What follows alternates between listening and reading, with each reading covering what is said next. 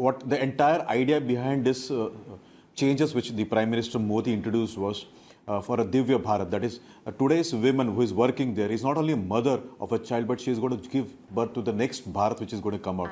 So we have to give her all the protections and all the benefits which she requires. So one is that. Number two is that who is doing this survey? He should have some credibility. Now, this would be done by FICCI, CIA, NASSCOM, IMC, BMC, MIT or CKS, or maybe Times of India. Then we would have taken this very seriously. Nowadays, it's a business to just get up and do some survey and do that. Number two, what is the quantity? When you do a sampling survey in the country of 125 crore people, what should be the sample size? It cannot be 300. So what you do is you choose 300 people and come out with some kind of finding and let the world come out and defend it. So that's the biggest challenge. So this is very funny. And this is the first time where I have heard where such kind of radical changes, such kinds of reforms which have been introduced will lead to the problem. Whereas I have different data. If you want, I can give you the data. Now, Indian Railways itself, if you take RPF, is going to employ more than 4,500 people there. Now, 3,000 positions have been given for sub-inspector. More than 4,200 positions have been given for constables, for female constable within RPF. Now, I can go on with this kind of list if you want. So we'll have to see who is doing the survey. Had it been IMC, NASSCOM, FICCI, Times of India, I would have believed it, but not with this kind of some team list. Somebody just mushroom organization comes up and gives some kind of survey and tells us to debate. I think there are more serious things to be debated on this kind of prime time.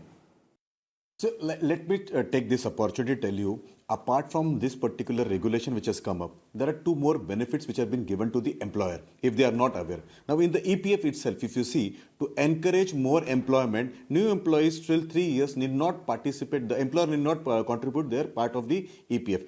That is one increase, one of the incentives which has been passed on to them. Second one is, if you see, there is ESIC scheme. Under the ESIC scheme, the employee only contributes 1.75% of the total salary which is taking up.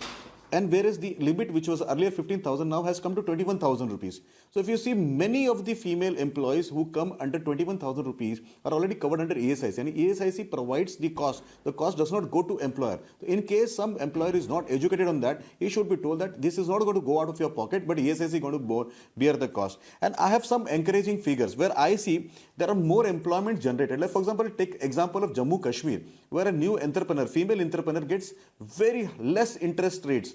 Subsidized interest rates for female entrepreneurs in Kashmir. If you take another example, Haryana has already started giving 15 days paternity leave. Now these are encouragements which are there. As I said, Indian Railways has already asked for RPF employees. So there are 4,500 female employees who will be taken in RPF itself. The magazine of Indian Railway which is going to come for May itself is pink. So there are very much encouragement. Now this is a paradox. There is a conflict when the government wants to improve the conditions of females who are working. There may be people who may feel pinched because there is a wafer thin margin. Now here we all have to come together to educate them. This is a temporary cost, but in the long term it is going to help everybody. So whenever there are laws being made, there will be some time to implement. And if there are ULPs, if there are unfair labor practices by some employer, this can be brought to the notice of the authorities who are there.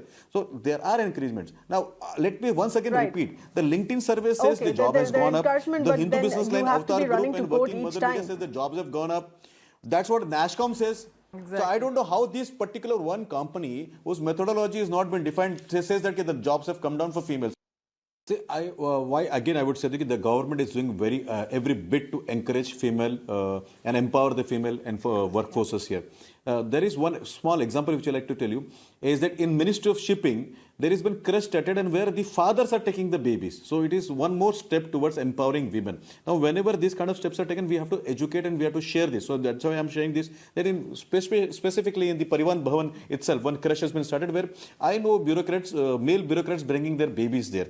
Now another example I would like to give you here is if you go out and see how much loan were disbursed under Mudra loans or self-help groups loans. Now this have empowered people under BPL to go out and start their own enterprises. So I'll like to break this into three parts. The people who are already covered under ESIC, they are not doing. Big corporates, PSUs and government employees, they are protected. The issue comes with MSME and small entrepreneurs. Here I think we both have to work together, the public and the private. Awareness flows through government also and as well as the private corporates have to make an awareness. This is 50% of the population. We have to take care of them. If we empower women, I think we all will benefit in the long term. term. And it's not only women's. I think we'll also have to educate people about hiring veterans. We'll have to also educate people of hiring transgenders, LGBTs. So this kind of laws will come up. The paternity leaves will come up. Hiring Divyangs will come up. All these people will come up. And I think here what we'll have to do is we will have to educate the business. But again, once again, I would like to point out one thing. We have to take surveys which are done by serious organizations and who have some kind of credibility. Because we go on discussing like this, it will kill the entire purpose